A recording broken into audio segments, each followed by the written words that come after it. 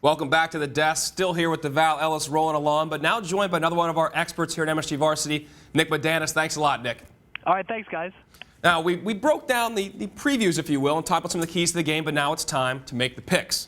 Nick, you're first up. We have a rematch of a big upset earlier this year. Sheepshead Bay beat Jefferson. At the time was undefeated. Can they beat them again this year? No, they can't. And I know Sheepshead Bay should be proud of the season it's had so far. Starting 0-3, they reel off 4 straight victories, and then they play a tough Lincoln team and lose. But to beat Jefferson for a second time this year, I don't think is possible. Consider what Jefferson has on offense. Too much speed, too many playmakers. It all starts with Kendall Thomas, 9 rushing touchdowns, 6 touchdowns in the air. Can you stop him another time? Here we are in the postseason. I don't think that's possible. We saw in Jefferson's game against New Utrecht that no lead is safe against Thomas Jefferson. They can reel out points too quickly. And then defensively, too many playmakers can cause turnovers. That, of course, led by Ebenezer Ogundeko on the defensive line. So, no, I don't think Sheepshead can do it twice. I think Jefferson's going to win. So Nick's taking Jefferson. DeVal, my man? I would have to agree 100%. I mean, everything he said is spot on. You can't beat it. It's hard to beat a team 2 times in one season. Not to mention Sheepshead Bay Jefferson is coming off of a loss, a very heartbreaking loss in which they got destroyed. So they're upset. You know, when I spoke to Coach prior to the week against Erasmus, he said his team was a little lackadaisical heading into the week against Erasmus. I'm pretty sure that woke them up. Anytime you can wake up a team that has the #1 player in the state in Ogundeko and possibly the most electrifying runner in Speedy Thomas, they're going to be a tough matchup, and I think Sheepshead's going to win this one. So they're both taking Jefferson.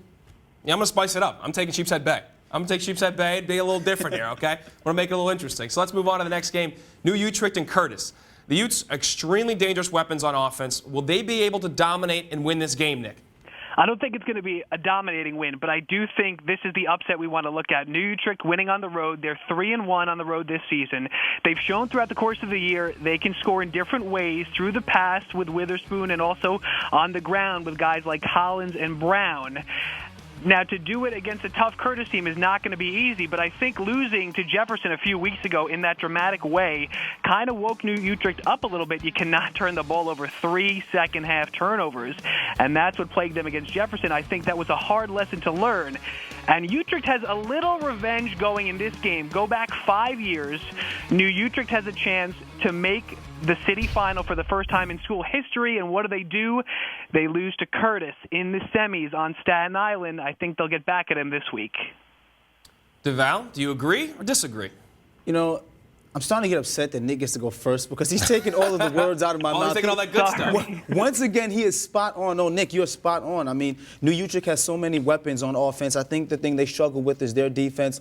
Their defensive running game is struggled a little bit, and they're going against a really good running team in Curtis. But you look at Collins, you look at Witherspoon. They just have so much on offense. I think they can score with any team in the city. This team is going to be a sleeper throughout the entire playoff run. Well, I'm going to spice it up again. I'm taking Curtis. You already said it. Why? They got a good rushing game. So I'm taking Curtis, trying to stop the harmony between you two. Let's move on now to the third game we're going to talk about. And these are some of the tightest games. That's why we wanted to break down these ones as far as picking winners. JFK, they beat Brooklyn Tech earlier this year. But since then, Brooklyn Tech has rolled off 6 in a row and really are the hottest team in the PSAL. Can they get this win? Can the Engineers put together a win and make it 7 in a row, Nick? Yes, because of the way they're playing in these recent weeks. And when you go back to that last loss, like you said, it comes against John F. Kennedy. It was close, 14-13 at JFK. Brooklyn Tech had a chance to win in the final seconds, but Kennedy with a big goal line stand. For Brooklyn Tech, you got to look at James Gales offensively. He's been the catalyst on the ground, one of the city's top rushers, second in the PSAL championship division, over 1,000 yards. And I think Brooklyn Tech has shown consistently to be more a complete team. I don't know what you guys think. Well, DeVal, can we get some disharmony, if you will? You know, once again, I would hate to disagree, and I'm not going to disagree. I think Brooklyn Tech is a better football team, but for a different reason. Of course, they have James Gales in the backfield, but their defense is just so strong with Thomas Plonsky on one end and Kevon Brammer on the other end, who's playing with a heavy heart this week as he lost his grandfather.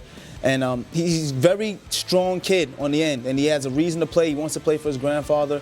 This team has a lot to play for. They started 0-2. They feel like they can make it to the final, and I think if they stick with that defense, not to mention the added addition of Kareem Ellis returning punts and kicks, this team has so many weapons, offense, defense, and special teams. I think Brooklyn Tech's going to take it. And I'm going to fall in line there. Brooklyn Tech's on a roll. They're going to keep rolling. Thanks a lot, fellas. It'll be an exciting weekend. We're pumped. Really appreciate your time. Thanks, guys. Now, remember, if you miss any of the playoff action here on the desk, we've got you covered on the web. For the latest schedules and results from all the playoffs, visit msgvarsity.com/Game Center. Coming up, not even Sandy can stop our high five plays of the week. We got the best of the best in the tri-state. Coming up next.